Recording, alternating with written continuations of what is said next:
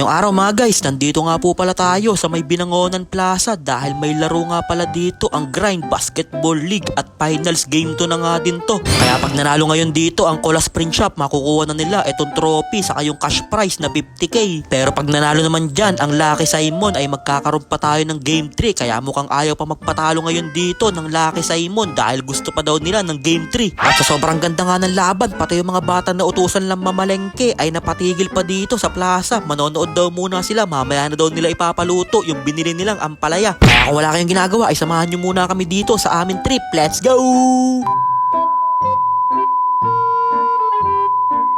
So, ayun po bago nga magsimula yung laro ng Grind Basketball League ay umorder muna sa akin dyan si Coach Ariel ng 50 pieces na pastilog dahil ipapafood trip nga daw niya to sa mga player ng Switch Fiber. Kasi kakatapos nga lang dito ng training ng mga player nitong MPBL Rizal Switch Fiber, 12 under ata to saka 14 under. Kaya pagkatapos nilang magpakapagod sa ensayo ay pufood trip naman sila ng pastilog with Shanghai, talagang pochem. Kaya kanya-kanyang kuha na sila dyan ng mga food trip, yung iba tatlo yung kinukuha, yung iba naman dalawa. Yung iba daw magte-take out pa para meron daw silang hapunan mamaya. Kaya kinuha na nga nila dyan yung trono ni Boss Wong TV dahil malapit na nga magsimula itong laro ng Grind Basketball League. Ano kaya, tatapusin na ba ng Colas Print Shop o makaka-game 3 pa sila Coach Trey? Kaya tinawag muna dyan lahat ng mga player ng Colas Print Shop dahil pipicturan daw muna sila ni Idol Chito Paner. Quality ang mga pitikan yan ni Idol Chito Paner. Bata pa lang ako, idol ko na yan. Kaya pinitikan na nga din niya itong mga player ng Lucky Simon para meron daw silang pang my day. Pero syempre magpapahuli ba naman dyan ang ating mga referee? Papayag ba naman yan na wala silang pitik? Kaya pinitikan na nga din sila dyan, pochem. At kung sino ang mag-MVP ay ito makukuha nila, yan napakaganda. At pag nag-champion naman ay ito yung makukuha trophy,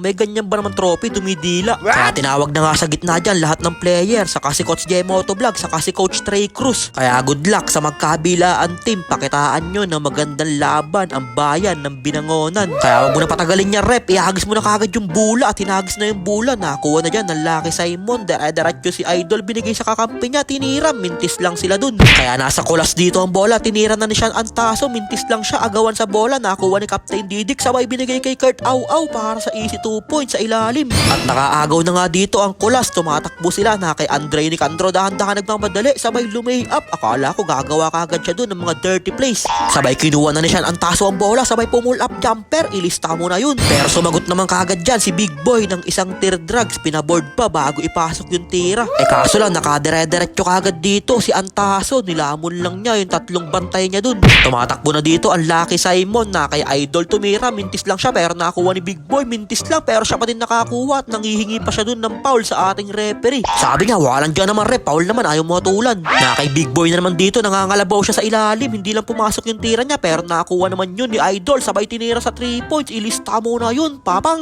Sabay nakita ko pa dito si Idol Kenji, mukhang kumikis pa siya kay Chaknu. Sabi niya, bampogi mo talaga, Chaknu, pakis naman ako. Kaya nasa Lucky Simon dito ang bola, ang gandang step back naman nun kay Idol, hindi lang pumasok yung tira niya, nakuha ni Don Amo, binigay kay Prime Brand, diretso yun para sa easy layup. Papakitaan ata ako ni Kuya Brand, nakuha na naman niya ang bola, binigay kay Vince Layson, diretso sa basket, easy 2 points yun. At nanood nga din pala dito yung mga tropa niya, yung mga taga-ithan, shout out po sa inyong lahat dyan. Kaya nasa Lucky Simon na naman ang bola, ang gandang pasahan naman yung pinakita nila dito, may kasama pang foul and 1. Kaya nasa Colas Print Shop na naman dito ang bola, na kay Chem Cruz, umikot ng isa, umikot na naman, umikot ulit ng isa pa, parang turumpo lang. Pero hindi naman siya nahilo, kaya naipasok pa din niya yung tira na yun. Kaso lang nabawian kagad siya dito ni Idol sa ilalim ng Wara Moves. Kaya dumating na nga din dito si Coach Jesse saka itong manager ng Colas Print Shop na si Boss Yap. Kaya pinakitaan kagad dyan ni Brent Saba si Boss Yap ng Wara Moves para masarap daw ang food trip mamaya. Ayun nilamon lang niya yung bantay niya doon na parang yung burger. Kaya na kay Chem Cruz na naman dito ang bola, pinapasayaw niya yung bantay niya, ang gandang step back naman nun, sabay tinira. Kaso lang kapos yung tira niya, buti na lang nandun si Kurt Au sa ilalim.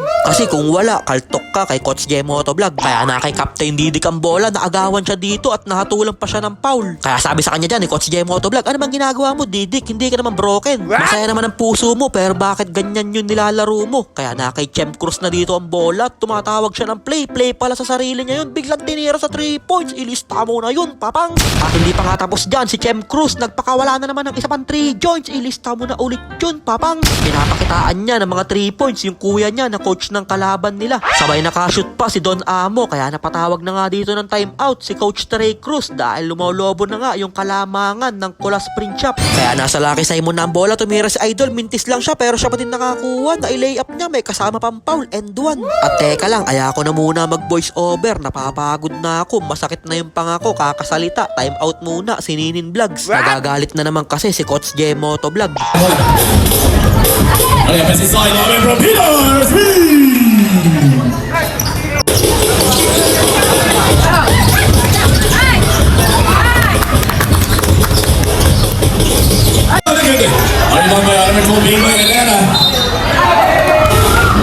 Jumping position number 1 minute and 31 seconds. We just go.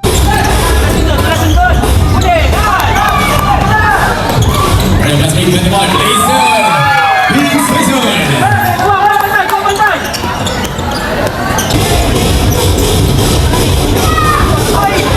Alright, 6-1 for another one.